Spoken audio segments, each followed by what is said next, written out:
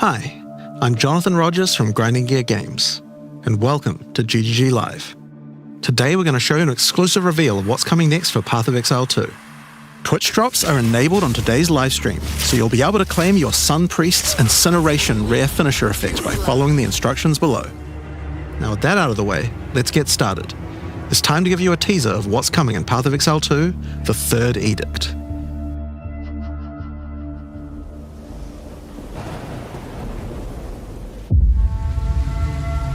Karui! I have called you here to save our people, to save our way. Over the ages, we have known pain like no other, but we endured, and we became mighty. Now, outsiders dishonor our shores, and we have stood by, doing nothing. Hear my voice, ancestors! Show us your strength! Show us the true way! I understand.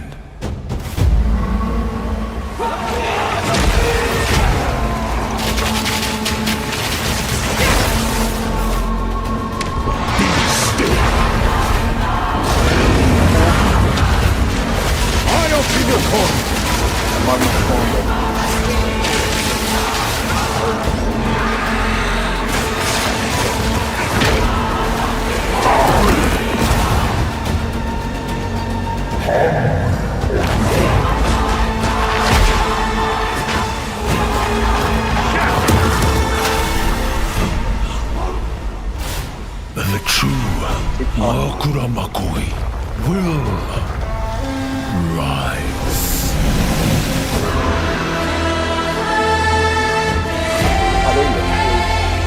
I hear your good voice.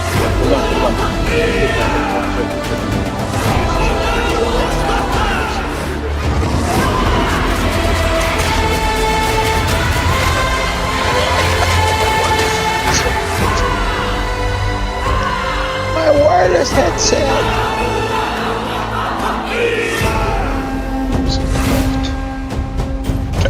All right. Go. Yeah, there we go. What's up, fool? Are you putting enough Vaseline in your ass for Trump to shove it in there?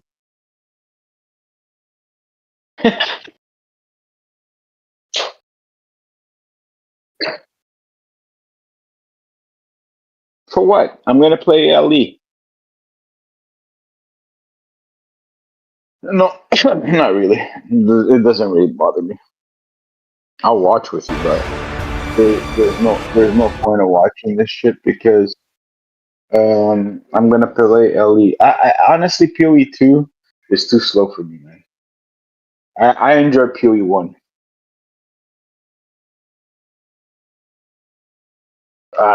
No, that guy's too arrogant to make change. That guy's an idiot. That programmer, I can't stand. He's such a fucking smug. He thinks that when people are telling him the game's too slow, you guys don't know what you're talking about. Like, dude, I'm the guy who's playing your fucking game.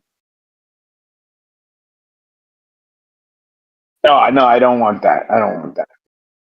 I don't want a run feature. I want a movement speed and like it is in PoE 1. I don't want a run feature. I don't need to press an extra button.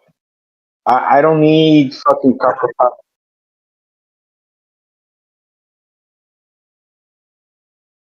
Nah, I don't like that. No. Even when I was pressing the fucking what you call it, the space bar just to do that slide thing, whatever, at the beginning was a fucking annoying as shit. Like listen, I want to play a game where I don't have to be like stressed out. Oh, did I press this button? Or by pressing this button, oh fuck, I'm dying because I can't press this button. Or this button I'm pressing and it's not reacting because that fucking lag or some bullshit. Like, you know what I mean? I don't know. I think LE looks better than PoE 2, bro. Honestly, I think LE looks really good right now. Yeah, bro. I think LE looks really good. I like that they nerf. I like that they nerf things because they'll become a little bit more competitive. Like on other people will try different builds, but but I don't want it to be like really silly hard. I want to look, dude. Look. I like to play fucking games where I'm fucking relaxing and fucking enjoying myself, not fucking stressing. Oh, fuck. I can't find it. Well, I work, but it's gonna be quiet day. Do I work over the weekend? No, I don't work. Oh, yeah. I'd like to get.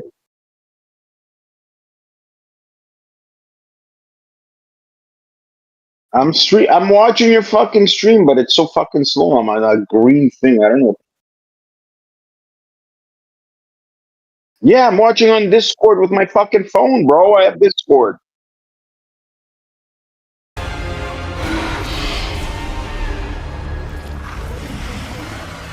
Yeah, I'm watching it. You had paused it.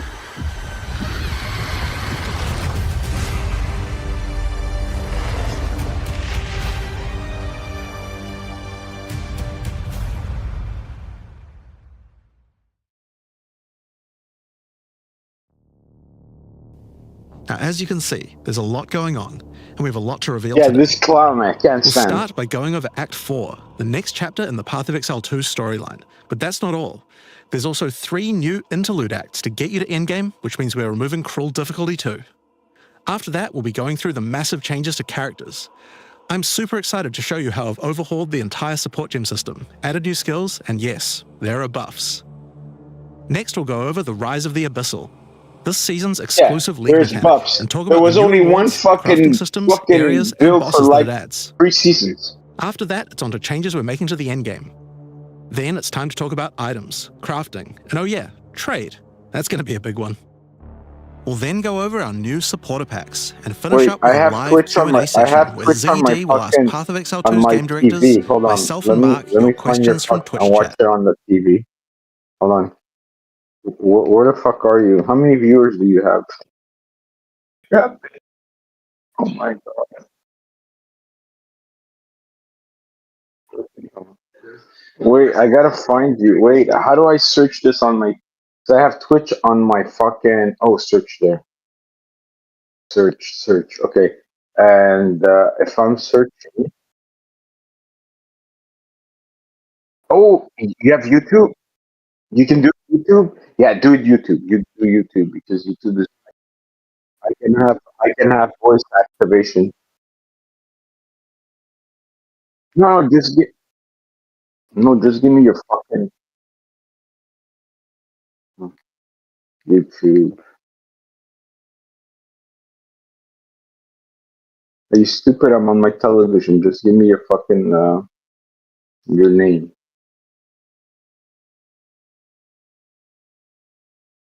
Matt of time.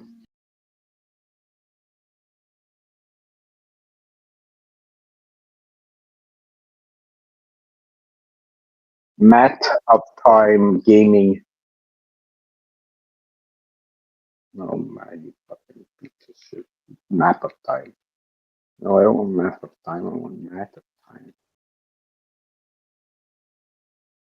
Maybe okay, I'll go in the games. Games. Mm. Oh yeah, post it in Discord because I can fucking get it here and fucking I can push it over. Yeah, I'm on my bed. I'm just too fucking lazy to get up. For some reason, I have a fucking issue with my one of my toes, bro. Feels like I'm fucking like it's numb, and that's not good.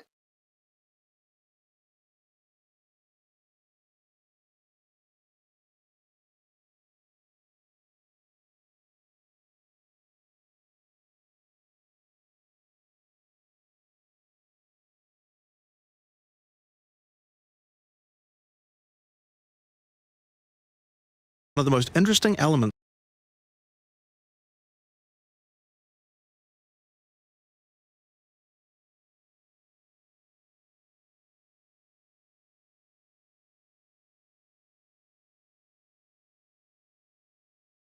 What?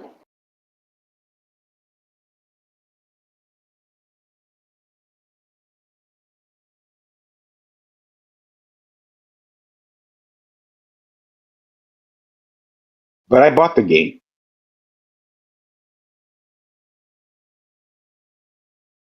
What do you mean? Yeah, isn't part of that? I paid $100.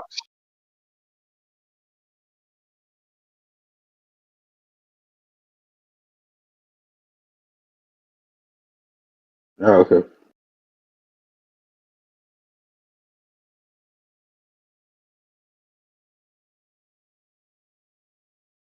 All right. So I added you on my phone. I added you on my phone, so you should be under my library now. Yeah, there you are. Match of time. Okay. I can, I can close the close this. No, I can hear myself talk.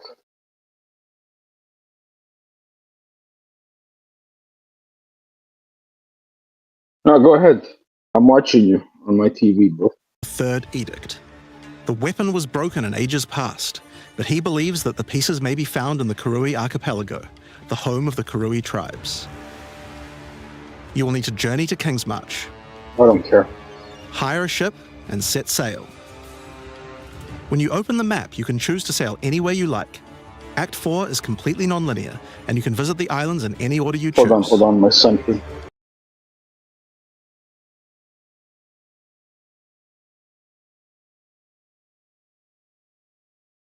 Oh man, what the fuck is?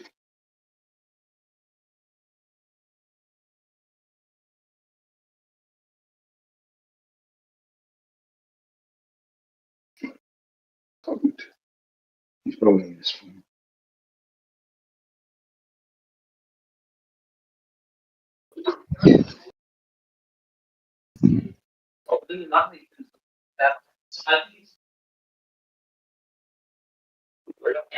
Yeah, keep going, keep going.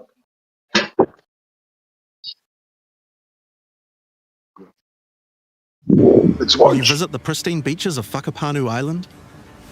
The Karui whisper of a They curse that changed afflicts the all map. who travel there. Perhaps it's related to the weapon you seek. Or maybe you will visit the volcanic shores of the Isle of Kin. The Kin have been more restless recently, mining for sulfite and driven by some dark force. Perhaps you will choose to consult with one of the local Karui tribes. Their ancient wisdom could hold clues to finding the third edict. That's No a matter good where you choose skill. to go, you will fight dangerous beasts. Oh, pause. I want to tell my kid to come.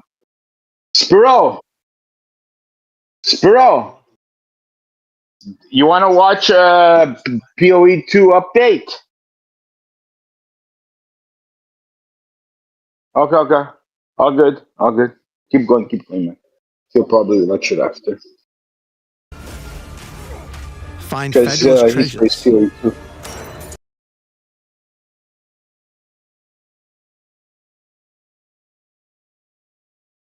My son, he plays PoE 2. Yeah. He likes that slow And ass battle incredible style. bosses. A challenger! Come, Yama sees your soul! Yeah, I just There are enjoy 8 PoE islands to 1 too discover, much. each teeming with its own flora and fauna. Act 4 contains over 100 new monster types, 16 new areas, 12 new bosses, and plenty of other interesting encounters. There's a huge amount to What show, the fuck is but we're not going to that? spoil too much here. We want to give you a chance to discover it all for yourself. What happens after Act 4? Well, until now you had to repeat the entire campaign again before you could face the endgame. But after adding Act 4, the game is far too long to make you do that. We needed something else to do in between the end of Act 4 and the endgame. So what else could we do? Add 3 new mini-acts, of course, and we're calling them the interludes. The interludes are a set of 3 temporary side stories that will be included in the game until Act 5 is released, that will take you to level 65 where the endgame can begin. The first interlude sends you on a journey back to Ogham. Renly has been leading the efforts to rebuild Ogham Village after the defeat of Count Geonor, but there's a new danger afoot. The nearby town of Holton is surrounded by an impenetrable darkness, and each night their corrupted townfolk emerge to raid the local farmlands. You will discover new areas and new bosses. You'll need to find your way through the darkness, uncover the source of corruption, Soon you will serve our master. and defeat it. Yes, I shall dance with their corpse. You see, that's I just the can't first stand that. I can't stand that The backing second up interlude crap. will have you return to the Oh, that Vesteri annoys the Desert, where shit out of Sala me. has been given a sacred duty. When the skies align, the gifting of water requires a chosen Sekima to meet with the Selkari, guardians of the sacred water, but they're nowhere to be found. You will need to track down the Selkari, find those responsible for disrupting the gifting, fight even more new bosses, discover the secrets of the ancient ritual, discover new locations, and ultimately help Asala carry out her sacred duty. Now for Interlude 3. As Royal Thaumaturge of the Vaal, Doyani had plans within plans to save his people from the cataclysm perpetuated by Atzeri's lust for power. One such plan involved sealing a group of willing Vaal deep in a great mountain vault near the home of the Asmeri, deep enough to survive the cataclysm. Even though thousands of years have passed, he believes that their descendants may still live, and may be key to defeating the beast. The journey up the mountain will be dangerous. New foes stand in your way. And the further up the mountain you venture, the colder it will become. Explore caves of ice and enter the vault itself. Who can say what you will find within? The interludes are 6 to 7 areas each and generally include 4 boss fights as well. When you put that together with Act 4, that adds up to 35 When is new this areas coming in the out, by the campaign way? and 24 new bosses. It's worth making clear that the interludes are temporary. When Act 5 and 6 are added, the interludes will be going away. These are side stories after all, but don't worry, the bosses and areas that make up the interlude are all part of the endgame. We're not just going to throw them away. And with that, we don't need cruel difficulty anymore. It doesn't matter. We do know I that think it was a you'll pretty leave big chore to a have to better play game. through the campaign multiple times on each character. And this was a huge reason that the campaign could feel like a bit of a The only slog thing when it has playing through again. advantage is maybe. But we do also have but another new feature to address that particular concern as well. So let's talk about sprinting. In 030, when you hold down the dodge roll button, your character will go into a sprint after they finish the roll. This is available the on all piece of character shit. classes, and there's no This is the limitation piece on of how shit long you can guy sprint that for. I can't stand with The primary purpose his of this button feature is to make pressing. navigating areas faster when out of combat. Because of that, if you do take a hit while sprinting, you'll fall to the ground. Sprinting. Okay, let's see. The best idea is to use a skill when you see monsters. That'll break you out of the sprint so you can engage with no danger. If you do need to run away from monsters, just hold spacebar.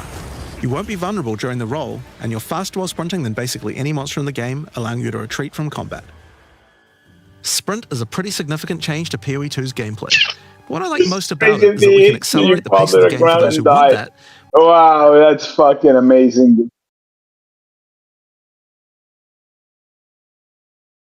No, bro, when you're getting fucking okay, listen, when you're like fucking really powerful, that's fine. But when you're fucking like a peasant and you don't have no gear yet, and you're running around and you're getting swarmed, you're fucked.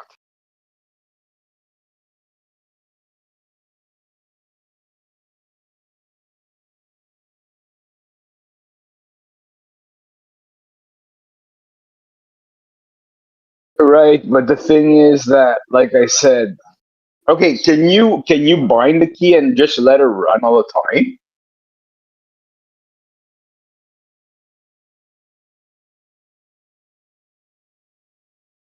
That's true too. You can't attack. You can't attack. Yeah, if it's on the dodge roll, then you can't attack. That's the fucking bitch about it, right?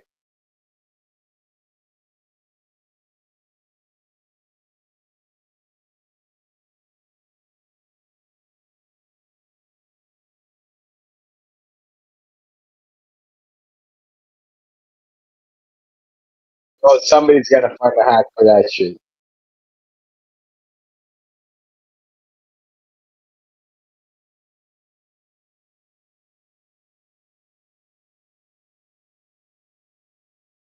Right, with those boots. Those boots were amazing. Too bad the fucking boots, like the concept was awesome, but the fire, like canceling out your poison and then dying, like every map was like if you wore those boots, every map was fire on the ground. Like it was so stupid. It was the stupidest thing. I don't know if you realized that, eh? That once you were wearing those boots all the time, the ground was was fire on, so it was canceling out your fucking poison, which is so fucking stupid. Why are you gonna make a and why are these boots there for?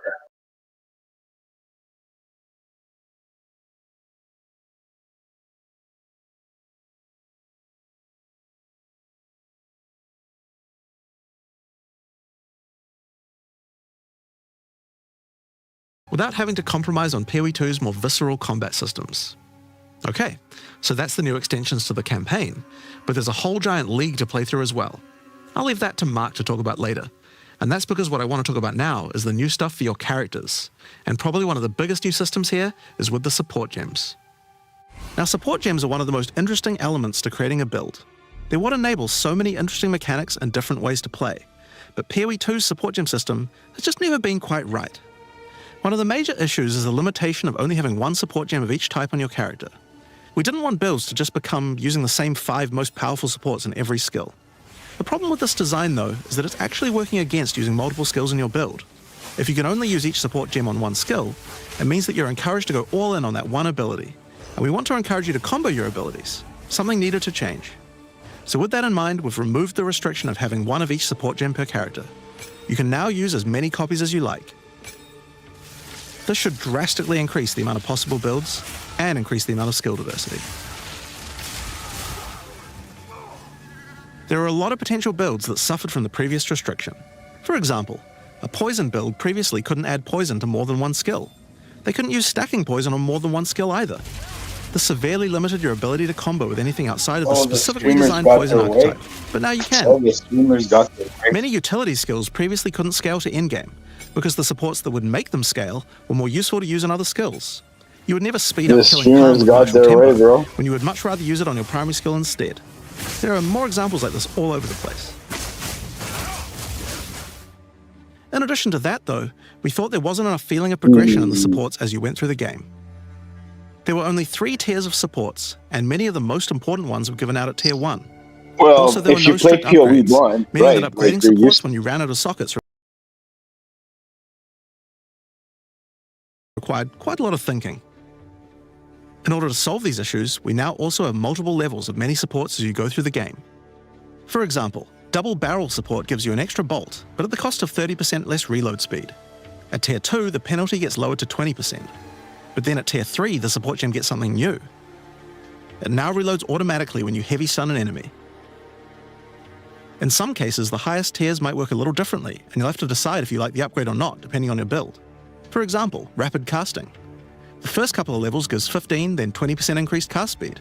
But then at Tier 3, it changes to a new approach. For each different spell you cast in the last 8 seconds, you get 10% increased cast speed, which could be a pretty big bonus if you use a lot of different spells.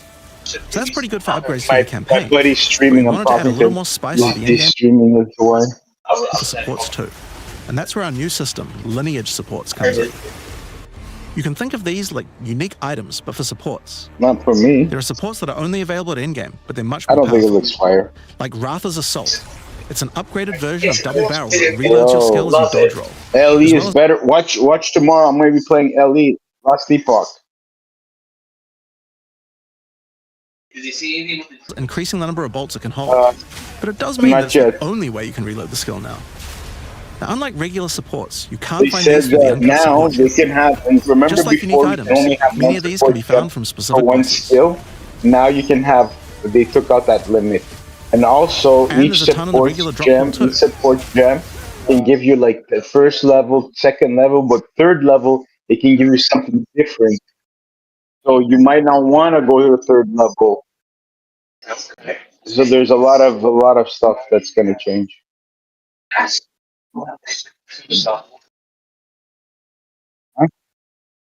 It's the bread I bought you.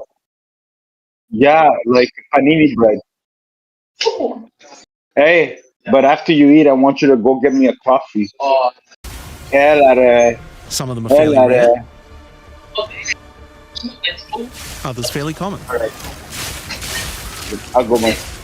Some of them are build-defining, I bought you nice bread because I knew. others are just straight-up power upgrades. All in all, there's around 40 lineage supports being added throughout the endgame, so there's a lot of power to find out there. What are you? Now, the new support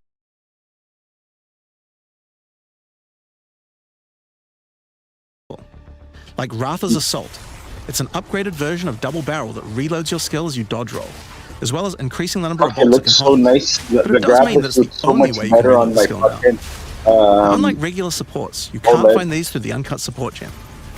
Just like unique items, many of these can be found from specific bosses. And there's a ton in the regular drop pool too. I think Some you're of them are gonna fairly get them. rare. They're gonna make them so you when you kill bosses.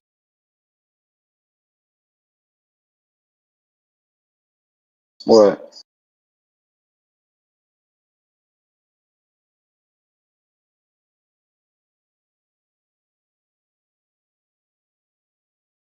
Oh, did you see on on LE? There's one Others fairly weapon common. that might be busted. I was watching one guy saying that it might be good for OP for all the builds. I don't know. I gotta. Yeah. Yeah. Some of them are build defining, Sorry, you're on the delay, and I can.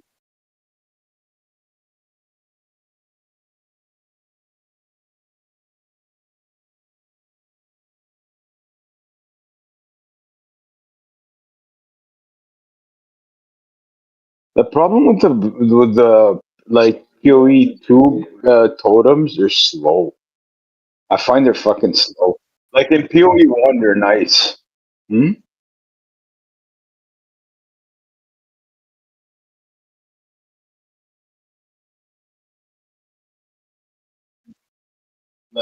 Like, I played a totem build last season in PoE 1, and it was what is it called, relic totems or some shit like that. I did, and I got to red maps, and then I changed gear because I wanted something faster. Like the totems were fine. Like it was a good playing.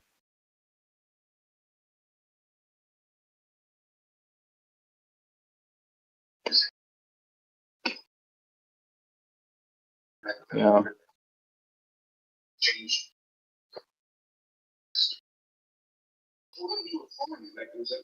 I wanna see righteous fire on this game.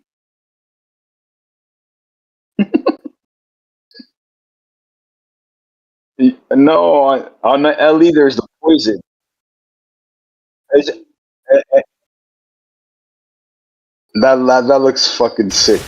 That honestly looks sick. The graphics others are look just straight sick. up power upgrades. It started. Go. All in all, there's around 40 lineage supports being added throughout the endgame, so there's a lot of power to find out there. Now, the new support gems are certainly going to open up a lot of builds, but of course we have a huge range of improvements to individual character classes as well. As well as adding new skills, we had a big focus on buffing existing skills so that they can scale well into the endgame. There's a huge amount to cover here, so we're not going to discuss everything. We're just going to quick fire through some of the coolest changes. We wanted to make cold a more useful element on the Ranger, so we've expanded the cold tools available. As well as increasing its range, Escape Shot now creates fragments of ice whenever it hits the ground. These fragments explode after a short time, making the skill better for killing groups of enemies. But not only that, we added an ice fragment support that creates more of them when killing frozen enemies. And a new buff skill called Ice Tipped Arrows that allows all your arrows to create ice fragments. This already gives clear to rangers wanting to use ice, but to take further advantage of the ice fragments, Freezing Salvo has been upgraded to shoot additional cold arrows towards every fragment, giving you a nuke-like ability. That's so fucking weak. You're shooting and Also sending- modified Snipe to consume frozen Look, from enemies, you're dealing a shooting huge and amount more sending to the damage, minions. giving you a nice Oh ice my soul god, I target option. remember that. And something you might notice about this is that the bonus is a lot higher against bosses. This is actually a change you'll see throughout the entire game. Since it's a lot harder to freeze a boss, you should get a bigger reward for it. Another theme you'll see throughout the game is making movement feel better. Is there any Toxic good growth bows is a skill that was for pretty cool, Ellie? but a bit annoying to use with the jump that it had.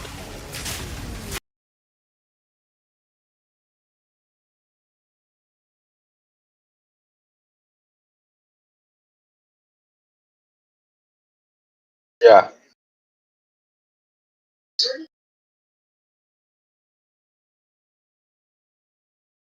Now Toxic Growth is a range skill, so you can spam it more easily. And we also added a new poison skill while we were at it, called Toxic.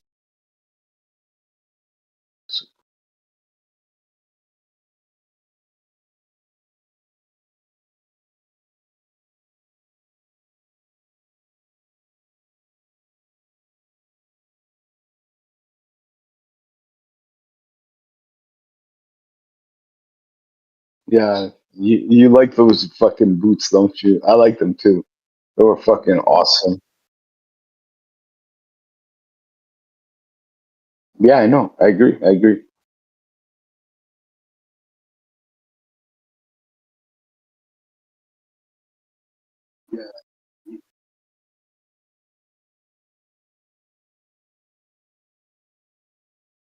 Look at the cooldown time, bro. Wait, look at the cooldown time, bro. Look at the Domain. Oh, It creates a small area around you that makes all your attacks create toxic growth pustules, but attached to monsters. Another skill that was annoying to use was Electrocuting Arrow. It's now just a regular arrow, making it easier to use. But it also means you can support it with projectile supports. And it now also has Area of Effect, making it a tool for more than just single target, and allowing it to scale into the endgame. We also added a new spirit reservation called Mirage Archer. This is a meta skill that allows you to create shadowy clones of yourself to use a skill of your choice. Of course, one of the other big problems the Ranger had was survivability. I like Evasion the was the weakest of the three graphics to it, defenses, but the and we wanted problem to is change there's that. no damage to this shit, Currently, bro. evasion doesn't evade all types of hits in the game, so you're still vulnerable to things like slams or unblockable attacks. To make evasion characters more tanky, we're adding a new mechanic called Deflect. Unlike evasion, Deflect works on everything, and if you successfully deflect a hit, you take 40% less damage. Items can now give you a mod that gives you some amount of deflection based on your evasion. And there's a bunch of it available on the passive tree too. Deflection is rolled in addition to evasion, so this is an upgrade for regular hits too. And unlike evasion, there's no maximum chance. You can reach 100% deflect against all hits if you spec into it enough. Of course, this is a buff that helps all Dex characters, so the Mercenary and the Monk, but especially the Huntress, are seeing big defense boosts from this as well.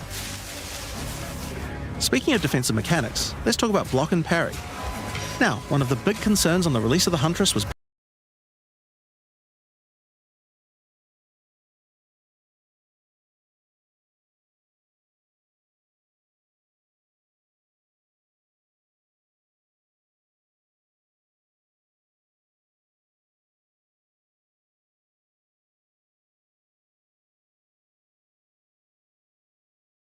Wait a second. Which game? Which game? Which game? Oh, really?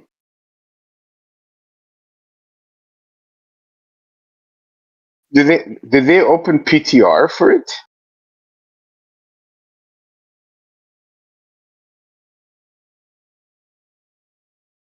Oh, I see. I see. I see.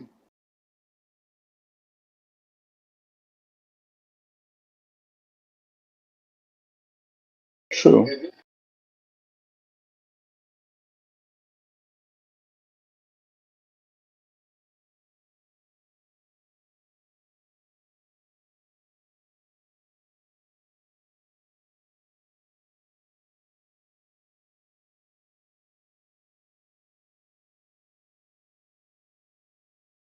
Interesting.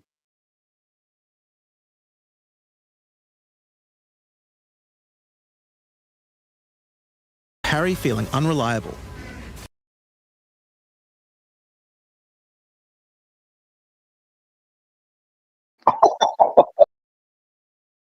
Yeah, yeah, right. One of the big reasons for this is there's a lot of hits that are not blockable, and thus not parryable either. So a huge balance change we're making is that now everything is blockable, except for specifically unblockable red flash skills that bosses I use. remember watching this shit. Me and you trying to fucking kill that boss. This That makes was parry fucking much more hilarious. reliable. And not only that, but to make block and parry nicer to use, you now also move faster than before while using these abilities. This is a massive buff to passive block as well. So to counter that, we did have to lower the max passive block a bit, but overall you should feel much safer. Fire skills on the warrior were not really cutting the mustard. Remember So we trying to decided kill we this needed to upgrade a bitch? bunch of them, but also add some more as well. Let's start with a buff. Volcanic fish are now branches into multiple fishes, giving it much more clearing potential. Her and the other one that you We've know also you have added to a new get skill called behind that. Forge Hammer. I This skill throws a molten hammer that does a I slam at a remember distance. You can Devin, he recall the was hammer trying back to, you were telling him get behind the thing. He's going, where? using the skill again if you like. Uh, But the cooler thing to do is to use a war cry near it. Using a war cry makes the hammer explode, making a bunch of volcanic fishes around. Volcanic fishes re-trigger when you slam them, so it's a great skill to make a flaming arena to fight a boss. Why can't it just explode? Why do I have to We press also a buff war perfect cry? strike to have much larger fucking area. explode? See that combo crap? No, they want. No, they want the combo shit, bro.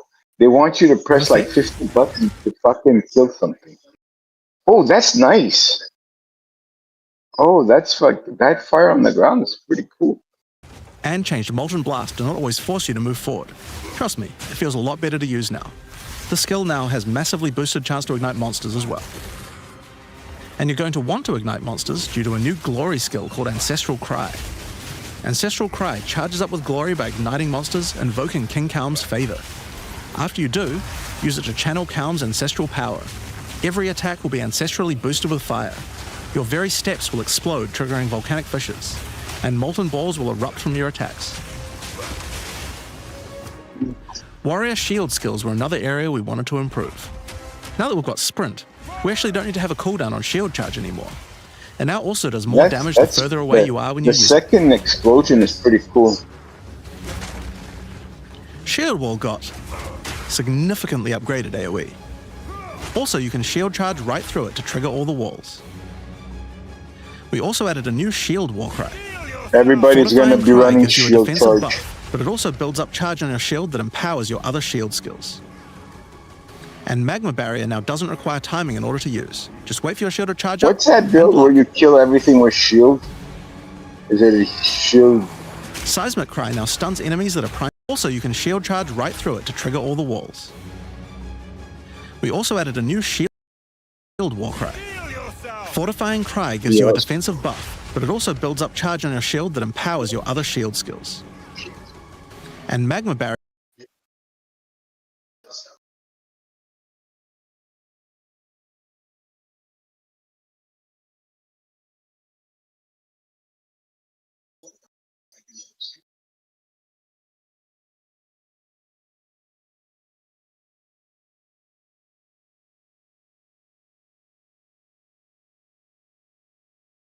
now doesn't require timing in order to use. Just wait for your shield to charge up and block. Seismic Cry now stuns enemies that are primed for stun. And we changed the Sunder interaction with Armor Break. It now also gives a Sundered Armor debuff that makes enemies take 40% extra physical damage. Great for bosses. Ancestral Warrior Totem has undergone some pretty significant changes too. We wanted the skill to feel more like using an ultimate. That summoning an ancestor to fight for you was a big deal. So we've changed this totem to require 3 endurance charges to summon, and massively buffed its damage. It also now scales your weapon damage too. Since there's no limit anymore, if you build around generating endurance charges, you can summon an entire forest of totems. In order to make that easier, we added some new sources of endurance charges. There's now a support to make Perfect Strike generate charges, and a support for generating endurance charges from heavy stuns as well. Speaking of totems, we wanted to upgrade the Warbringer. Among the other changes we've made to this class, Answered Call now gives an extra totem, and the spirits have just been generally buffed in many ways. Use it with your limitless ancestral warrior forest to make an army of Karui that would make Tukahama proud. So anything with did they show anything with minions?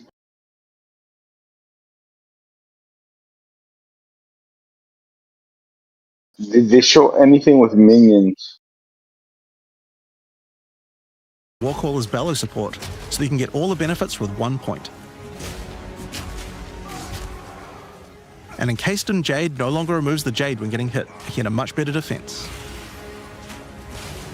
Next up, let's talk about accuracy.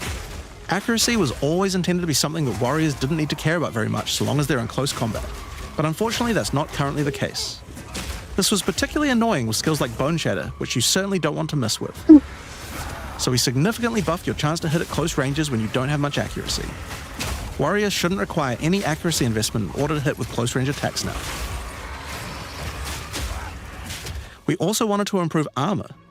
Now, one of the major weaknesses of armor is the inability to defend against elemental damage. In order to mitigate this, we're adding a lot more of the stat that allows your armor to defend against elemental damage. It's now available on items and in a lot more places on the passive tree. Oh, they didn't fix fucking the One of the most important improvements we made in 030 God. is to declunk the action and flow of shooting crossbows. You can now reload crossbows without any movement penalty. But not only that, all skills that can be used while moving now slow you for a shorter amount of time. This change benefits everyone, not just crossbow skills. With both of these changes put together, You know who the run and gun playstyle watch? feels much better. You know who should watch? He's really smart because he's like, what's his fucking name? I forgot his name. It's the guy that I used as build in season 1, the minion build. It's hard to explain how important this change is for the feel of the What was class. his name? The Mercenary is also a good chance to talk about how we're rebalancing to make comboing skills much better. Take Shock, for example. It buffs damage and lasts 4 seconds right now, but that isn't really giving you enough time to take advantage of it. If you're going to add a lightning skill into a build that otherwise wouldn't use one, we need to make mechanics like this much better. So we've increased shock duration on monsters to last 8 seconds. And skills like Plasma Blast, which are intended to be good at shocking enemies, now increase the damage bonus by a lot more. You'll find changes like this all around the game. Chill now lasts 8 seconds, giving you more of a reason to weave in cold damage. Freezing skills are better at freezing. He hit him, and then he threw a grenade and he cause took burns him that last to the longer. minion. But making skills like Permafrost Bolts and Incendiary Shot double down on how they're supposed to be used, it makes using them in your build alongside other skills much more likely. We're also making sure to buff specific combos too. The freeze explosions from frag rounds now chain to nearby enemies. And using high velocity rounds with armor break will now fragment the opponent's armor. This causes monsters to take a portion of high velocity rounds damage with every subsequent hit, even tiny pellets. So that means following it with a shotgun blast is way more effective. Now there's a lot more buffs to crossbow skills, but for now I'm just going to talk about the new one we added, the Mortar Cannon. This one lets you socket any grenade skill, and using it will summon a cannon which loads and then fires the grenade you choose.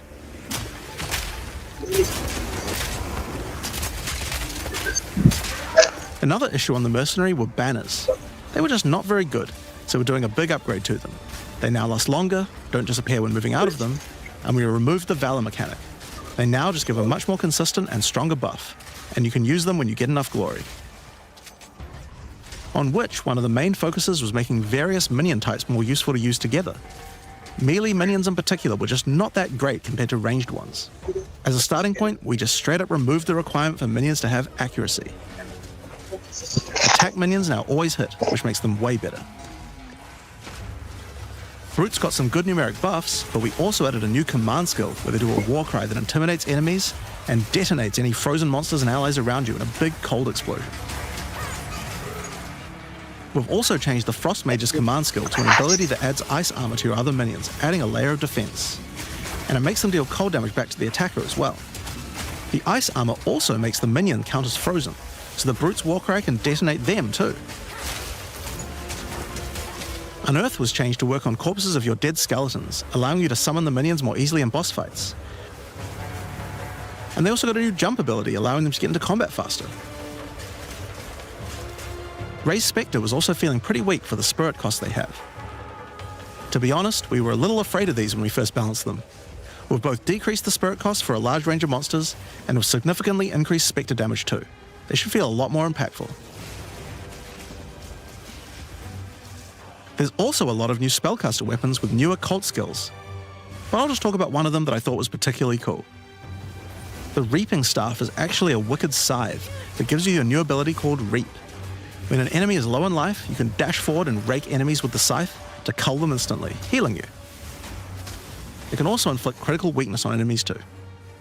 Now, there's a lot of balance changes in the Witch's Ascendancy classes, but I'll just talk about 2 of them for now. On the Blood Mage, you were previously required to spend your first points on Sanguimancy, which really was supposed to be the downside for being able to access the powerful abilities on the rest of the class. In order to make picking the Blood Mage a better early option, we made Sanguimancy free, unlocking the power of the rest of the class immediately. On the Infernalist, the Demon form wasn't something people were really using because you lost your weapon stats while transformed. Well, you no longer do, so it's a much better option now. On the Monk, the Wind skills needed a big upgrade for sure. Staggering Palm can now stack up its duration if you use the skill multiple times in a row, so you can keep the effect of all your skills throwing up wind much more easily. Wind Blast had the purpose of building up to dazing an enemy, but dazing just wasn't worth all that effort. Now it just dazes on hit, meaning a single Wind Blast will make all your skills stun enemies more easily. Following up with Vaulting Impact on a dazed enemy previously did a bunch of stun. Now it allows you to break your enemy's stance. When their stance is broken, following up with a fast attack will do way more damage.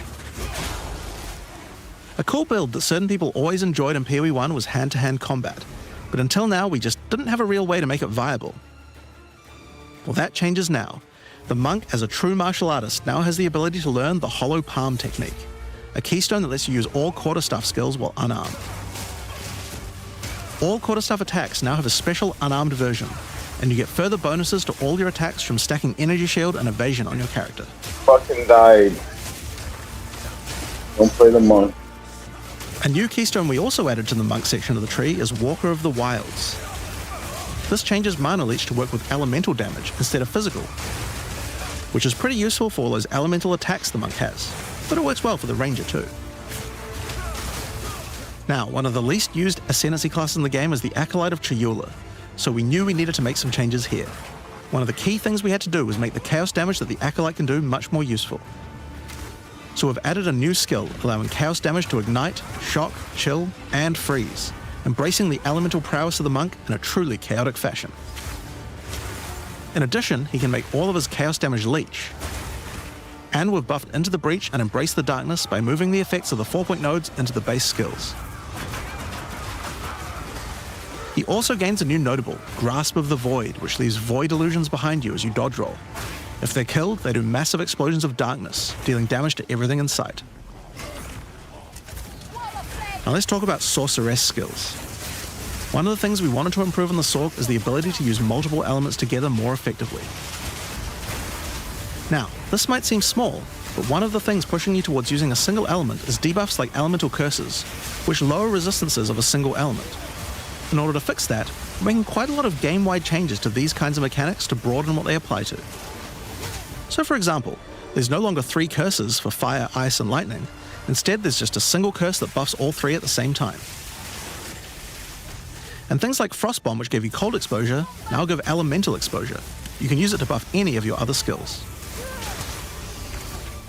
We also wanted to make switching between different weapon sets smoother, so you can use different elemental staves more effectively. To do that, we've removed the weapon switch time, and now happens instantly. This applies game-wide too. Now we didn't just want to stop there. We wanted to add some specific mechanics that work between different elements, and that's where elemental infusions come in. Certain skills can now drop elemental infusions. For example, when a Frostbomb explodes, it leaves behind a cold infusion on the ground. After picking it up, you can spend it on one of any number of different skills to transform how they work. Spark will create a nova of cold-infused projectiles. Ice Nova will leave a chilled area on the ground. And we also added a new low-level skill that fires ice shards. Use it with cold infusion though, and the ice shards will explode.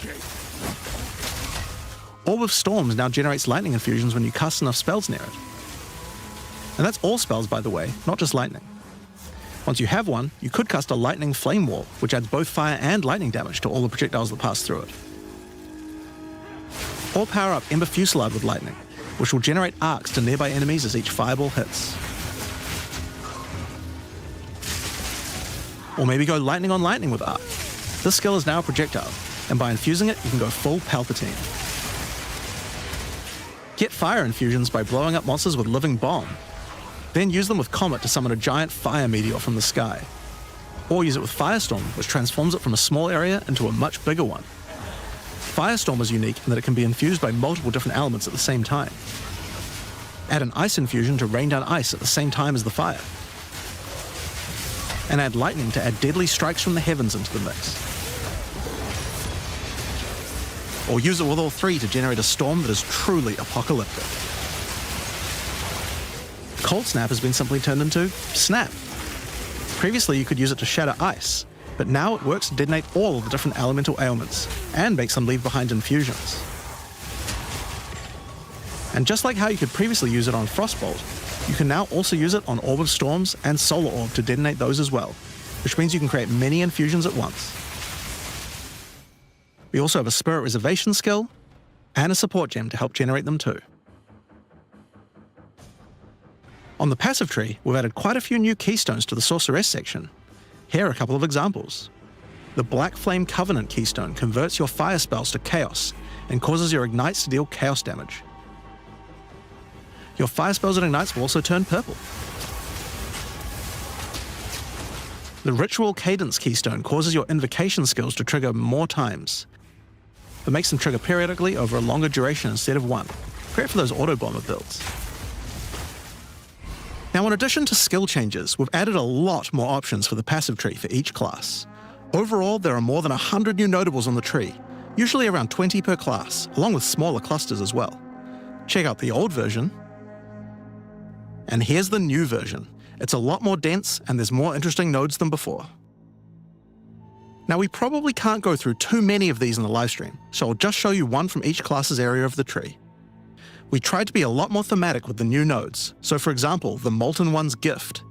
It lets the benefit of Armor Break apply to your fire damage. Or how about Last Stand, which gives you lots of stats as your situation becomes more and more desperate. A lot of these have themes aligning with Ascendancy classes, like for the Gemling Legionnaire, for example. You have crystallized immunities, which makes you immune to different status ailments depending on which support gem color you have socketed the most. Another Ascendancy class aligned notable is Sanguimatic Rituals. It allows arcane surges to generate life instead of mana, unlocking that support gem to be used with the Blood Mage Ascendancy.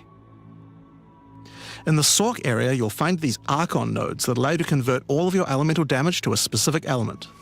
You become a Lightning Archon when you spend enough mana, after which all your skills will be converted to Lightning, and you will do extra lightning damage as well. We have ones for Cold and Fire too, with different triggers. Here's another cool one. Elemental Practitioner gives crit bonuses if you've triggered a skill recently, while also making crits generate more energy for triggers. Or maybe you'd like the Great Boar. It gives you a reason to stack dexterity to make you tougher, giving a bonus to life and stun threshold. Or the Cunning Fox. It straight up gives you 5% quality to all your gems. Now, another major change is attribute requirements. We felt like players probably had a few too many nodes and attributes and not enough in interesting passives, so we lowered attribute requirements by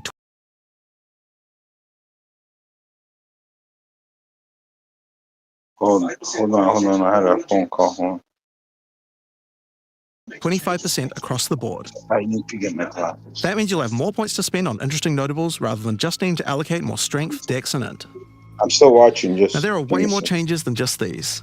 These are just some of the cooler ones we wanted to show off, but I'd say that's just about enough for now. We're not even half done yet. So I think it's time that we talk about the League, the rise of the Abyssal. And to do that, I'd like to hand things over to Mark. As you just saw, even though there are major changes to the campaign for this update, we want to make sure that every time you come back for an expansion, each area feels different with something extra going on. It is really important to make sure your experience when returning between expansions is fresh and filled with new content. And the way we did this was through leagues. Every expansion we make has a league, which not only has a fresh economy, but also has new content exclusively available in that league. So, let's delve into the details of what Path of Exile 2's first official league is bringing to the table. The Abyssal are a race that have mastery of forbidden magics and necromancy. They were thought to be extinct, but have merely been biding their time underground. You first encounter signs of the Abyssal in Clairfell, where you discover that during the night, weaker members of the Undead Legion have been attacking the encampment. The townsfolk require your help to investigate where the monsters are coming from and put a stop to their attacks. Out there, ancient creatures, lurking beneath the surface. As you proceed through Rayclast, you'll find fissures in the earth connected to larger pits. The monsters normally inhabiting the area are being affected by it, harmed by it even, having their souls eaten to strengthen the Abyssal underground. As you defeat the monsters, the fissure closes and Abyssal emerge, angered by you killing their food. Once all those fissures have been sealed, the pit activates, and more Abyssal pour out. This is where the larger and more dangerous monsters reveal themselves, as hordes of Abyssal spew out from the pit to take your soul. If you kill a magic pack, then magic Abyssal arise. If you kill a rare, then a rare monster will emerge from the pit, having absorbed some or all of its modifiers for itself.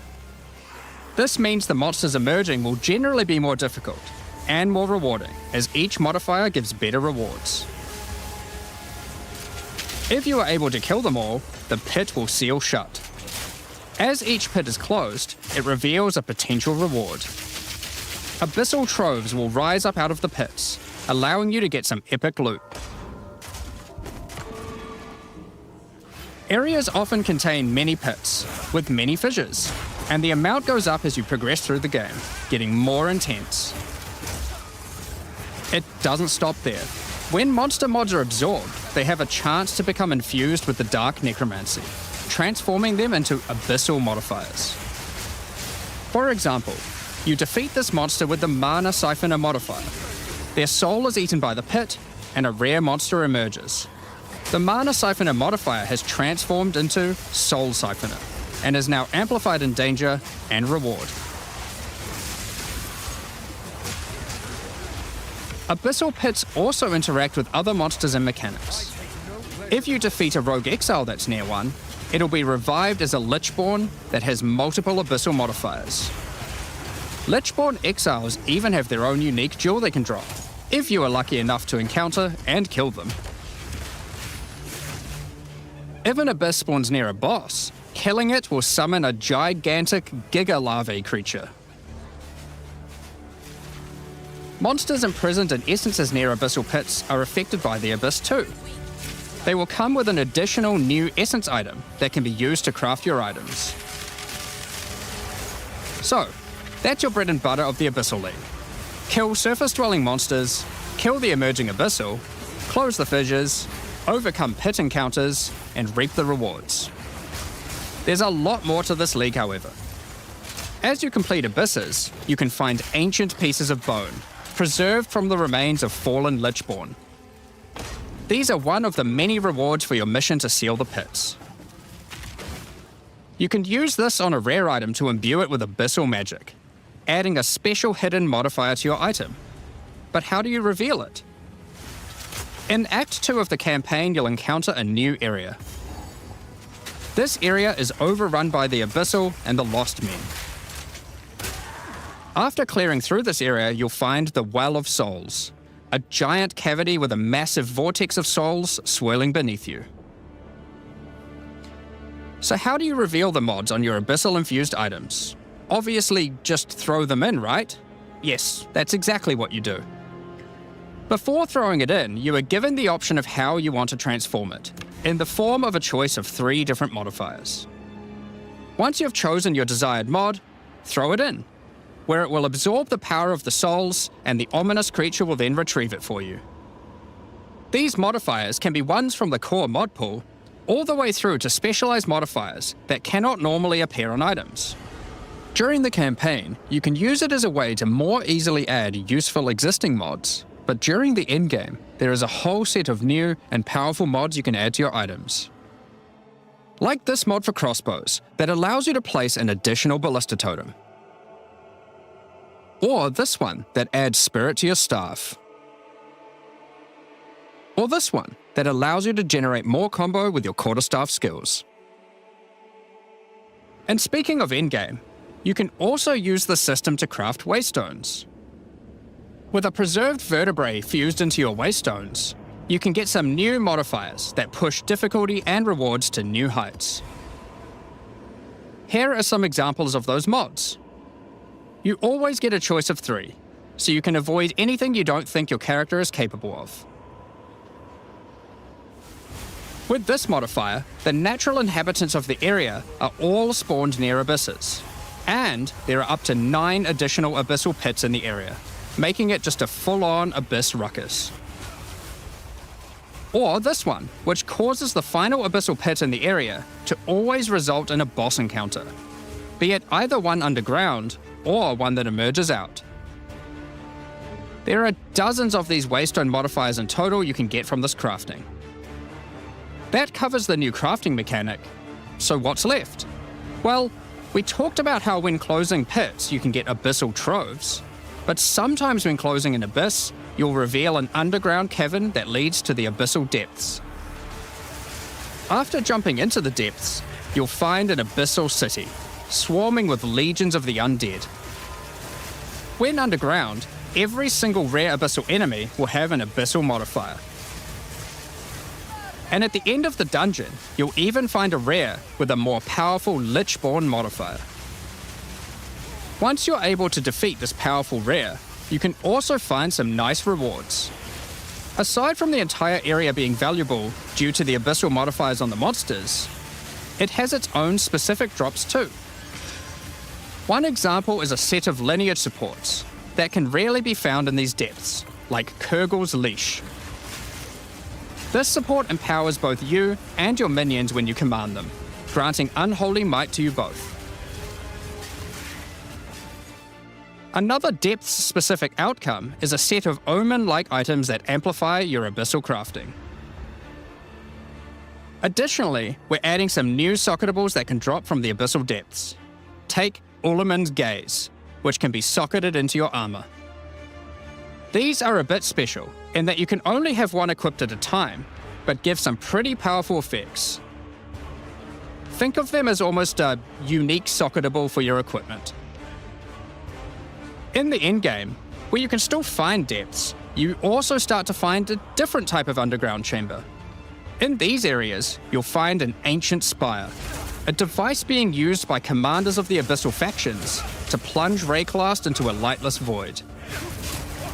Your goal is simple: kill this commander and destroy the spire.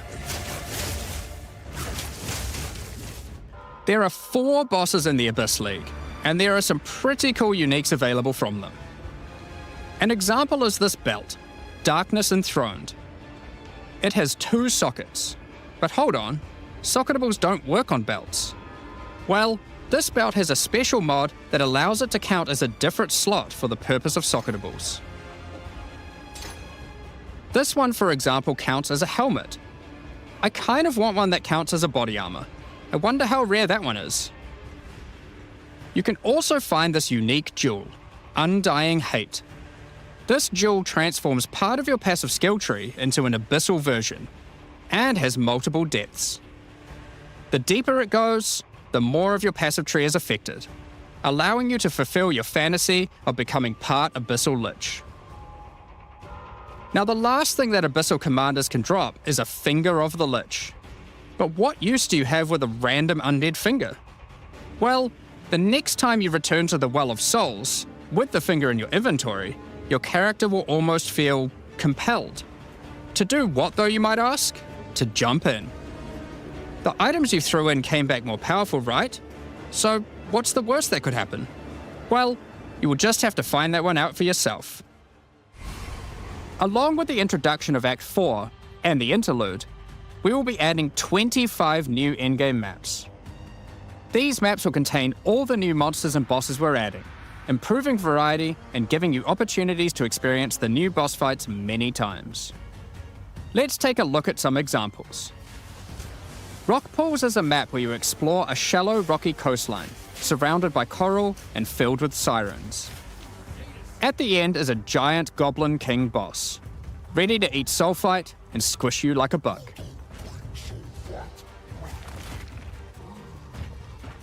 Holton is an Ezomite township which has seen better days. Explore and clear the township to find a gothic, Reaper-like boss, with the ability to manipulate storms and fry you with both lightning and wither you with chaos. Given some of the new bosses added are a bit more epic, such as the Act boss and final bosses of each interlude part, it would be a bit of a waste to just use them as regular map bosses. Instead, we'll be adding some new mechanics to the Atlas that use them. These start appearing pretty fast into the endgame and will help bridge the gap until you do your pinnacle bosses. In the desert biome, you can encounter a wild sandstorm. 3 maps around the sandstorm contain a device you must activate. Upon doing this, the sandstorm's magic is disrupted, revealing the map inside and allowing you to access it and find the cause. This presents itself in the form of a boss, similar to the existing Citadel bosses. This boss is a Faradin Swordmaster, who has been blessed with the power of a time gem, allowing him to take his swordsmanship to the next level by replicating himself, maneuvering rapidly, and severing the fabric of time itself with his powerful slashes. In the water biome, you'll encounter a giant maelstrom, where one of the maps surrounding the water biome connects to it, but the connection is obscured.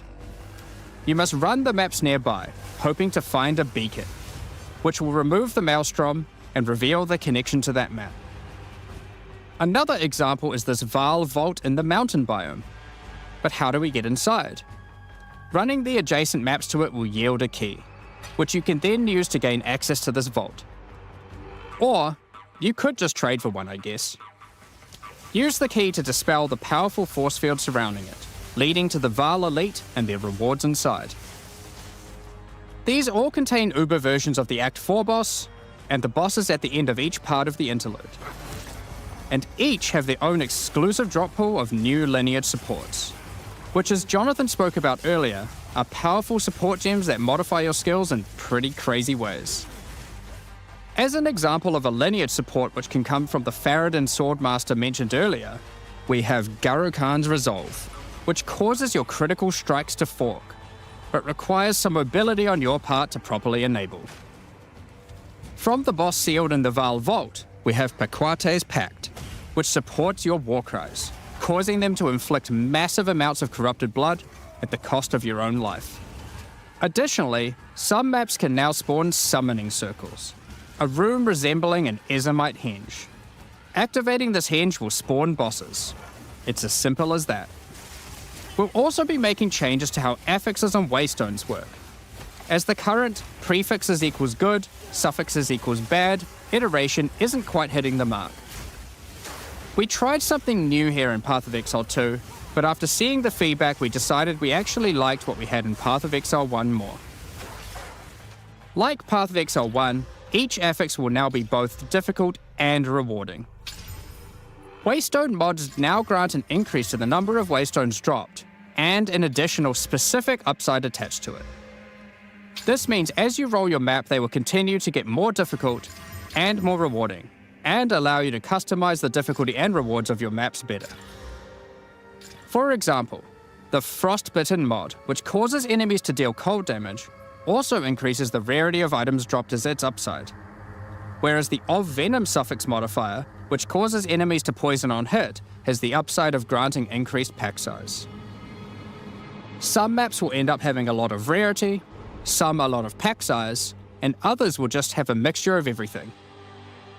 Due to now having more modifiers granting difficulty, we will of course be reducing the difficulty per modifier to account for this. So, that's your Atlas, maps, and waystones, but what about Breach, Ritual, Pinnacle content, and others of the sort? We're making some changes around this too. The first change is that you'll now be able to invest 2 points into your specific League Atlas trees before having to run the Pinnacle content. There will be a specific objective for each type of content which grants you those points. For example, in the case of Delirium, it's simple. You just need to find and kill one of the bosses in a map, Omniphobia or Kosis. The rest of the points for each content come from the Pinnacle content, but we're making some changes to accessibility here too. Currently, access to most Pinnacle content requires the same key at the easiest and most difficult version of the content. This creates a negative feeling where at lower difficulties, instead of wanting to run the content, you're often better off just selling it to someone who can run it at maximum difficulty. To address this, each content will now drop splinters, which will not form into singular items. Instead of using the singular combined item in the realm gate, you can now just bring your splinters. Upon inserting the splinters into the realm gate, an interface will appear, allowing you to pick your difficulty, and you'll notice each difficulty has a different entry cost. This means if you want to run easier difficulties, it costs less, which also allows you to run this content much sooner into the endgame. Because these encounters now just require splinters, their corresponding atlas tree no longer affects the difficulty of them, and has been changed to purely affect the content and maps on the atlas. The Arbiter of Ash works a bit differently. Instead of requiring splinters, he still needs crisis fragments. We now have only 2 difficulties of the Arbiter. The first, requiring the existing fragments obtained from citadels. The second, Uber Arbiter, requires Calamity fragments. These come from citadel bosses also, but only once you've allocated the maximum number of points in your boss atlas tree, ensuring those citadels are at their highest difficulty level. Since we're talking about Pinnacle content, we also felt that the leveling curve in the late game was a bit too steep. We've smoothed this out a bit so that it's easier to get to the mid-90s. We've also added some new in-game unique items. Let's take a look at a couple. Thunderfist is a pair of gloves that grants Crackling Palm, a skill which empowers your unarmed attacks, granting the ability to call down the storms themselves on enemies you hit. Put simply, literally every monster you hit with your unarmed skills will be struck by powerful lightning. Pair this with the aforementioned Hollow Palm technique to embrace your true unarmed prowess in combat. Another unique we're adding is Henekura's Sight. Equip this amulet to be granted the power of the Mother of Death herself. This is reflected by granting you a skill called Foresight. While you have Foresight, your dodge roll no longer avoids hits. But instead, being hit while dodge rolling restores you to full life and makes you unable to die for a brief period of time. You'll notice when this does occur, a copy of your character appears and takes the full damage. This is you seeing that future, as if you hadn't been wearing the amulet. Ultimately, your in-game experience should be more streamlined. With new content to find, you'll be able to invest in your atlas trees sooner, engage with Pinnacle content faster, have less FOMO running said Pinnacle content, reach higher levels easier, and do all of that while finding many new chase endgame items. Talking about finding items is one thing, but what about crafting them? We've taken a step back and looked at some of our crafting systems to make some notable improvements. Let's start with essences, which suffered from an issue where the regular essences were effectively useless and didn't give players the tools or excitement that a crafting system should provide. To alleviate these concerns, essences are being changed in a few ways.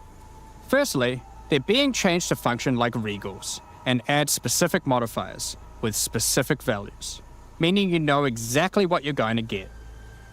We found that players were often bottlenecked by regal orbs when crafting in the campaign, so this helps to fill that gap, allowing you to better upgrade your items. For example, this Lesser Essence of Flames, which will be able to add a flat amount of fire damage to your magic martial weapons. Secondly, we're adding many more tiers. That Lesser Essence of Flames, for example, has a regular variant and a greater variant too, adding even more fire damage with each upgrade. The intention of this is so that when you find one early on, you don't worry about holding onto it till later to use on a higher level item. You should feel free to use them as they come to get powerful upgrades during the campaign. Lastly, our highest tier of essences, now called Perfect Essences, will function like a Chaos Orb instead of a Regal. So it will replace one of the modifiers on your rare items with the specified mod. Such as this Perfect Essence of Flames.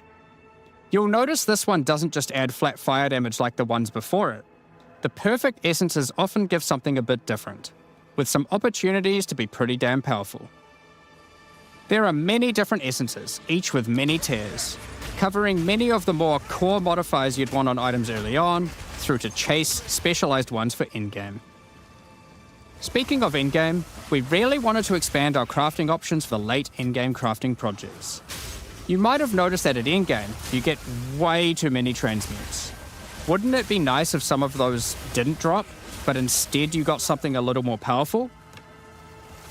At higher levels, you can now find Greater Orb of Transmutation and Perfect Orb of Transmutation. These can be used on normal items to upgrade them to magic, ensuring that the modifier generated is of a minimum level. This is similar to how you find higher tier items on the ground, but for crafting. These higher tiers will also exist for Orb of Augmentation, Regal Orb, Exalted Orb, and Chaos Orb, meaning you can get all of the orbs required to take your item from normal rarity to a fully completed rare with guaranteed high tier mods. On top of these new core crafting currencies, we wanted to make sure there are powerful crafting bases to use them on. Now in endgame, you can start to find exceptional items. These are items that drop at normal rarity and are perfect for your from-scratch crafting projects. They can come with extra quality, up to 30%, or an additional socket to use your crafting socketables in. And yes, they can be corrupted for yet another socket. You can also get exceptional unique items. To add even further to your crafting arsenal, we've added a whole suite of new omens to ritual content, and removed some of the more unimpactful ones that weren't being used. Some of the new omens include the Omen of the Ancients, which will cause your next Orb of Chance to not destroy the item, but generate a random unique of the same class. Or the Omen of Sanctification, which is my new favorite. This will cause your next Divine Orb used on a rare item to reroll the values of its modifiers, allowing it to exceed the normal minimum and maximum values, raising the ceiling on the new most powerful rare items in the game. This omen will also cause your item to become sanctified. Sanctified items cannot be crafted, just like corrupted ones, so consider carefully when you use this. Another is the Omen of Chaotic Monsters, which will cause your next Chaos Orb to reroll all modifiers on a Waystone, allowing you to fix your maps if you get some modifiers that are not feasible for your build. Besides these examples, there is a huge variety of new omens for you to discover in your ritual encounters. With the release of Act 4, notably taking place in the Karori Archipelago, you'll be able to now find a new currency item, Henikora's Lock. Henikora, the Karori goddess of death, has the power of foresight, and is able to see many futures, including the outcome of your next craft. So, imbuing her lock onto an item gives you that same power too. For example, you'll know whether or not to use an Exalted Orb on your item, as you will know exactly what the outcome is. So, with all these new crafting improvements, it's safe to say you're going to be making some epic items, and not necessarily just ones for yourself. So given that, it's time to talk about a massive one: trade. It's finally here. The moment we've all been waiting for. Fully asynchronous trade. Over the years, the way players trade with each other in Path of Exile 1 has morphed from using the forums, through to the in-game chat, all the way through to using the website. These systems, in all their iterations, work for a while, but with each iteration new problems eventually reveal themselves. Be it requiring you to be in your hideout too much instead of out there killing monsters, or never getting responses from people who are either AFK or just can't be bothered. In order to finally solve this, and this has been a long time coming, we're adding a new system that allows you to buy items from other players without requiring the seller to be present. They can continue farming, killing monsters, AFK as they please, and can even be offline. With the introduction of King's March in Act 4, you will encounter Ange, assistant to Rog in the Meridian Free Traders Company. Over the last 2 decades or so, since Path of Exile 1's storyline, Faustus has handed down his knowledge and expertise to Ange, and she is now ready to take over his business. If you have a hideout unlocked already, you can immediately invite her there.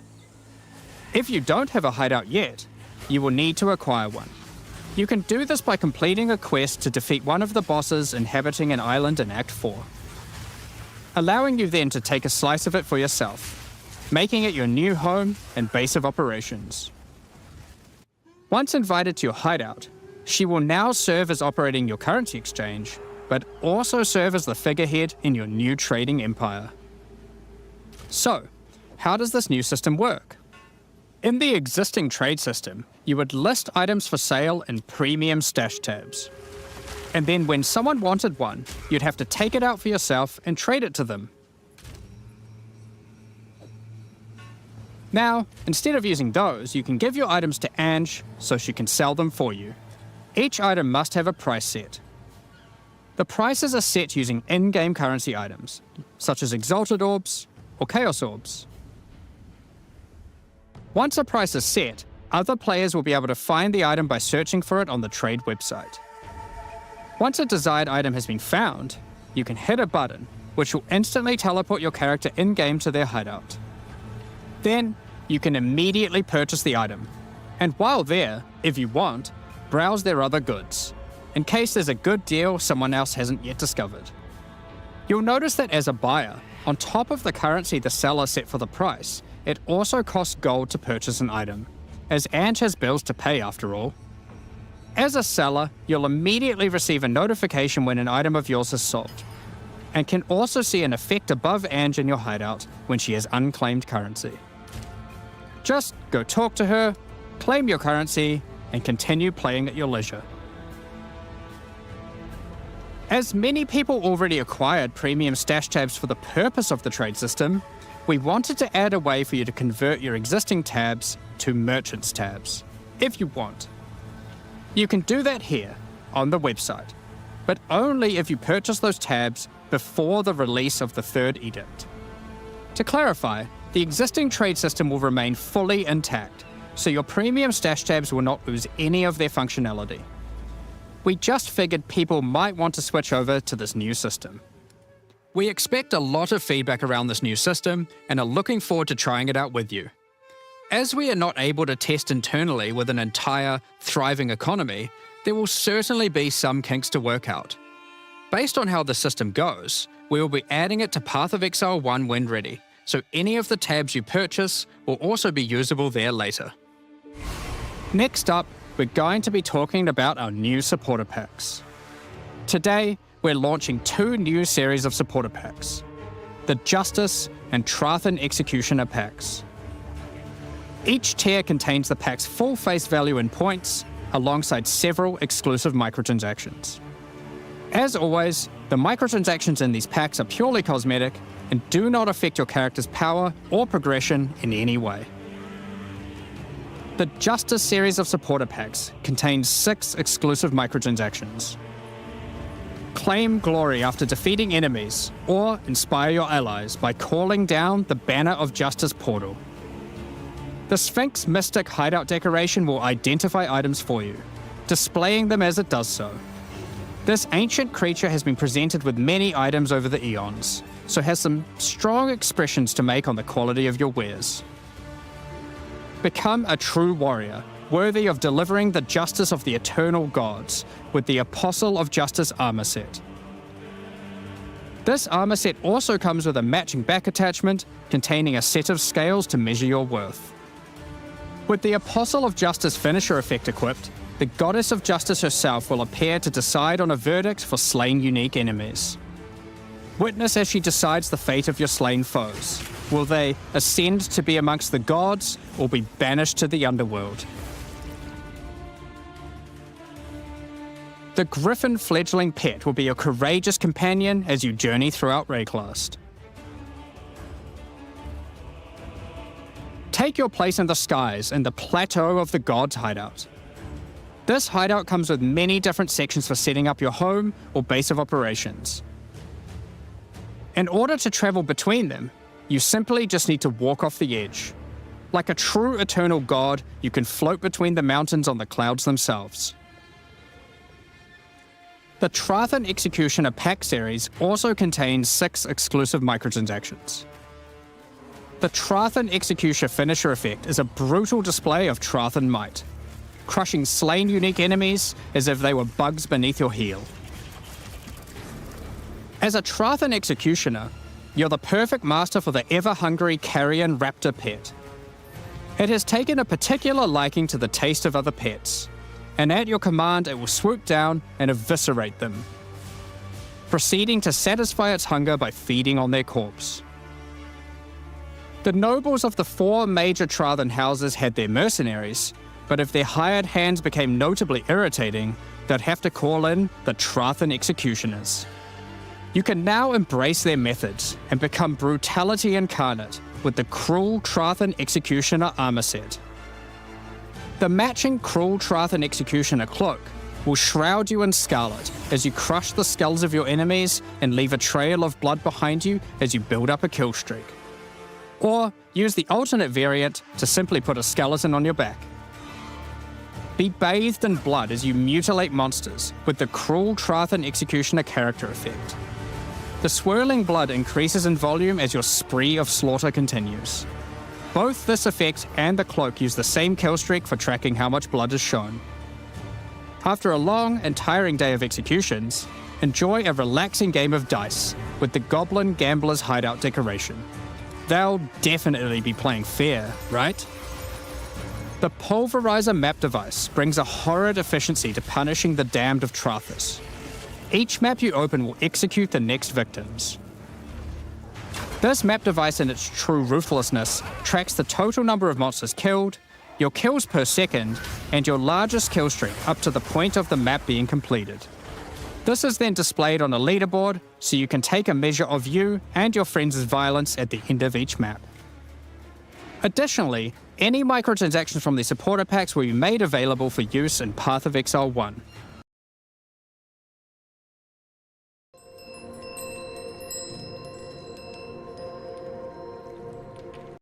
One of the most interesting elements to creating a build. They're what enables so many interesting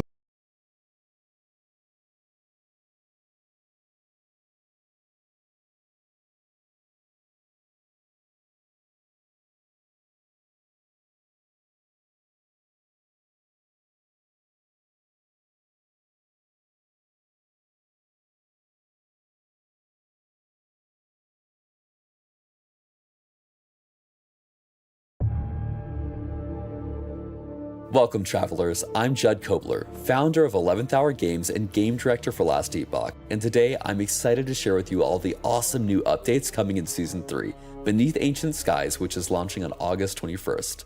This update introduces a new campaign chapter where we'll be going back in time to explore the ancient past, a new system built around hunting evolving rift beasts, and powerful new rewards. It also includes a rework of the Lich Mastery and improvements to the Necromancer, Beastmaster, Minion AI, and a long list of quality of life changes across the game. Let's take a look at what's new in Season 3, Beneath Ancient Skies. Chapter 10 expands the campaign following the events of Majasa's defeat. Players will continue the story by pursuing Apophis into the Ancient Era. As you chase Apophis down, you will traverse through a prehistoric realm filled with monstrous wildlife and flora. You will explore beautiful areas such as lush jungles and vast forests filled with dinosaurs, as well as crystal-filled caves and giant insect-infected mountains. As you get further, you will find dragon layers, and even the floating temple of Atera in the sky. You will meet some unlikely allies and find Nagasa, Osprix, and Wingari peacefully coexisting. Next, we'll take a look at the new encounter system, the Primal Hunt.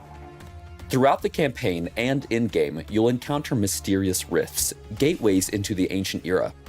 On the other side, players will dive into deep caves, where they will find the rift beasts and their nests.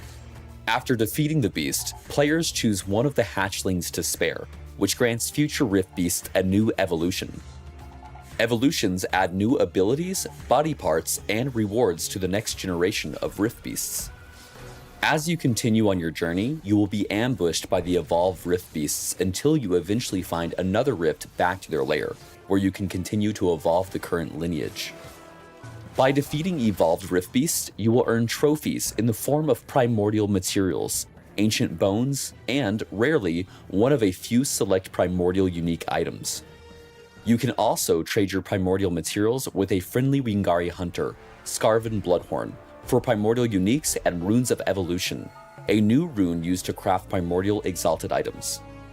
Primordial items are so powerful that each traveler may only have a single primordial item of either kind equipped at a time. Over 30 new uniques have been added in this patch, including 25 primordial uniques. Some highlights include Carrion of Creation, gloves which convert 6 other ailments into bleed chance. True Sight Glass, an amulet that unlocks access to a second tier of critical strikes. Blossom of Immortal Stone, an amulet that converts all void, necrotic, and poison damage taken to physical damage. And Tyrant's Skull, allowing any wearer to be accompanied by a powerful T-Rex minion. These primordial uniques are very strong. EHG is wishing you good rolls and good luck hunting. However, you may be interested in primordial exalted items, which are obtained by using the Rune of Evolution.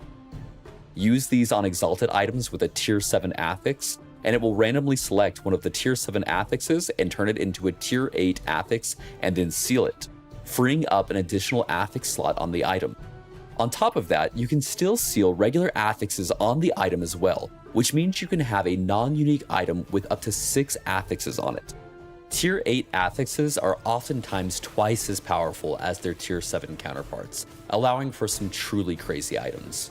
We can't wait to see what builds the community makes with these new primordial items in hand. This patch focuses heavily on reworking the Lich and overall improvements to the Necromancer and Beastmaster masteries, as well as core improvements to how minions behave. A new behavior toggle has been added that lets you switch minions between Assassinate and Protect stances. This allows for more control over how they behave in different situations. In Assassinate stance, minions attack enemies further away from you and more heavily prioritize bosses and rare enemies. In Protect stance, they stay nearer to you and prioritize attacking enemies that are close to you. Minions will now prioritize their current target more consistently and disengage less often when the player moves. Also, while in Assassinate stance, minions will have a longer leash distance before turning to follow you and will now teleport to the player if they fall too far behind. When not in combat, minions will move towards the player's destination, not the player's current position. We've also addressed a number of ways in which minions would not be updated when equipping or unequipping items. In addition, they gain more damage and damage reduction from player levels than before. The Necromancer's passive tree has been updated with new nodes focused on durability, leech, and critical strike scaling. Several older nodes have been removed or replaced, and new threshold bonuses have been added across the tree to encourage different types of minion-focused builds. The skill Assemble Abomination has been reworked. The Abomination no longer decays over time. Instead, it will remember the minions that were absorbed to create it, and will devour those minions whenever it sees them, similar to the Wraithlord. In exchange, its skill tree offers power based on the minions you gave up to create it. The Abomination skill tree has been rebuilt to offer more flexibility in how you design its behavior and damage profile. For example, an Abomination that absorbs many skeleton archers can fire exceptionally powerful eternal arrows. The Lich passive tree has been overhauled with more identity-defining choices and greater build flexibility.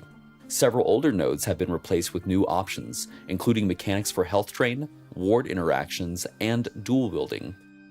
There's also a new keystone that enables low life builds by capping your maximum survivability but unlocking conditional bonuses. We've added a new skill to the Lich's kit, Flay. This is a hybrid melee and spell ability that lets the player dash into melee range and strike with a rending attack. If enemies are killed, they erupt into a damaging spell that can hit surrounding enemies. The Flay skill tree offers a wide range of modifiers, allowing it to scale with ailments, crits, spell triggers, or even convert into a pure spell. Several other Lich skills have also been updated. Aura of Decay's damage has been improved. It can be converted to bleed or frostbite, and its tree has new options to enhance its potential as a primary damage-dealing skill. Death Seal has been reworked into a low uptime defensive cooldown that makes you incredibly difficult to kill. And Rip Blood now hits all enemies in a line in front of you and has new effects in its tree to improve its single target damage potential. One of the updates coming to the Merchant's Guild are new tokens designed to streamline and enhance your progression and overall trading experience. Merchant tokens remove the favor cost of a purchase, and you get a free one every time you rank up. This means that whenever you reach a new rank, you'll be able to buy an item that requires that rank, even if you wouldn't have otherwise had enough favor. Black market tokens allow you to buy and equip items that you would have otherwise needed a higher rank to purchase and use, while also removing the favor cost of the purchase, like the merchant token. There are also new changes coming to the bazaar. The UI now has better search functionality for unique, set, and legendary items, clearer labeling of priced and unpriced listings, as well as a way to quickly apply a filter based off an item in your inventory. These changes aim to improve the trading experience for all players. Next, let's go over quality of life improvements coming in patch 1.3. Visuals and audio have been polished across the board. Dozens of skills now feature improved VFX and sound design. New voice acting has been added for major NPCs in Chapter 9 and 10, as well as updated sound sets for many enemies. Loot filter updates now let you customize ground beams and item icons per rule. In addition, you'll now have the ability to select between many new, unique, easily identifiable sound effects, all making it easier to distinguish valuable drops. Stash tabs can now be cloned or moved in bulk, and stash search macros make it easier to find exact gear types or affixes. The Forge UI has been updated with clearer button placement and additional tooltips. Controller support has improved across menus and tooltips, with better navigation flow and more consistent layout behavior.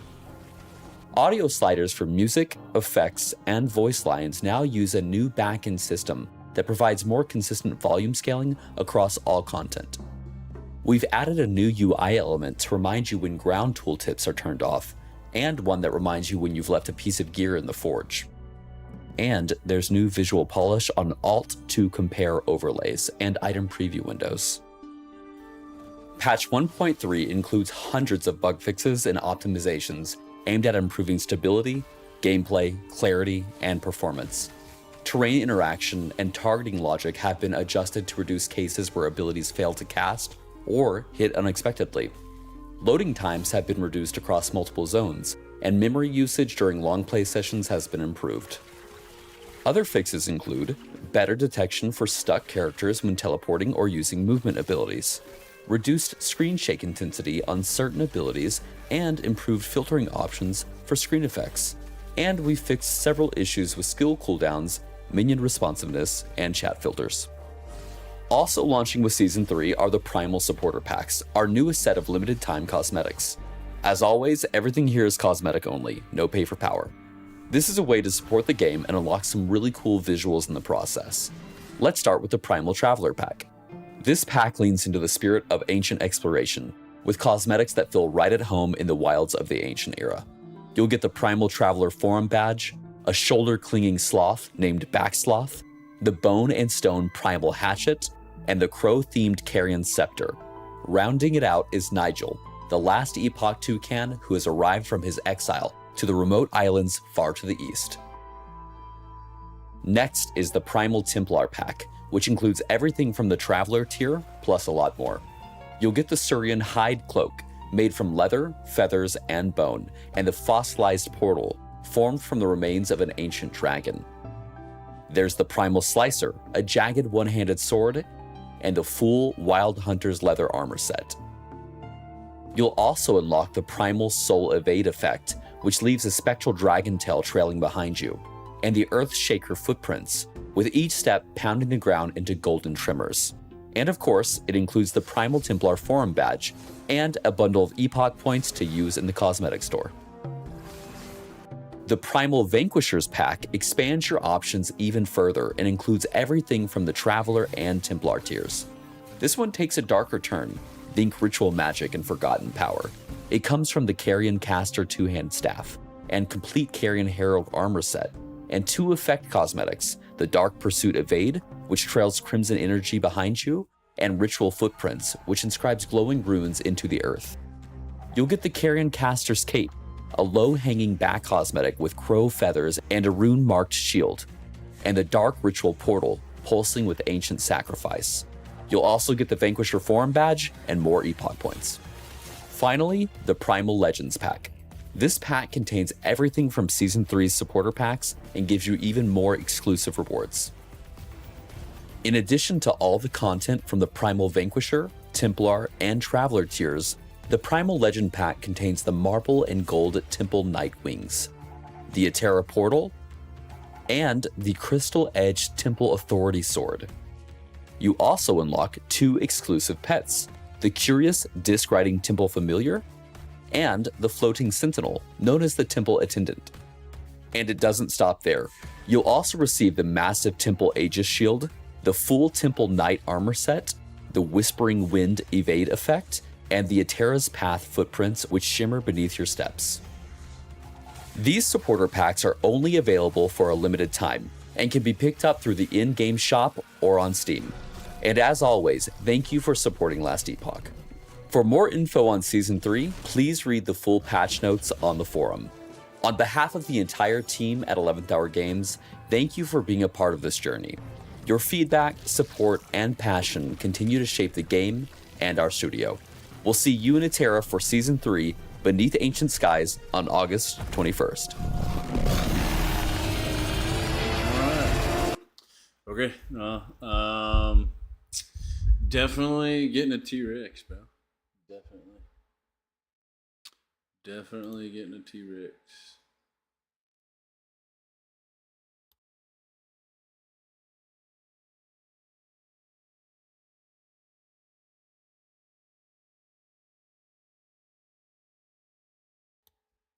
Definitely getting a T-Rex. Why is that echoing, bro? Oh well, that's the end of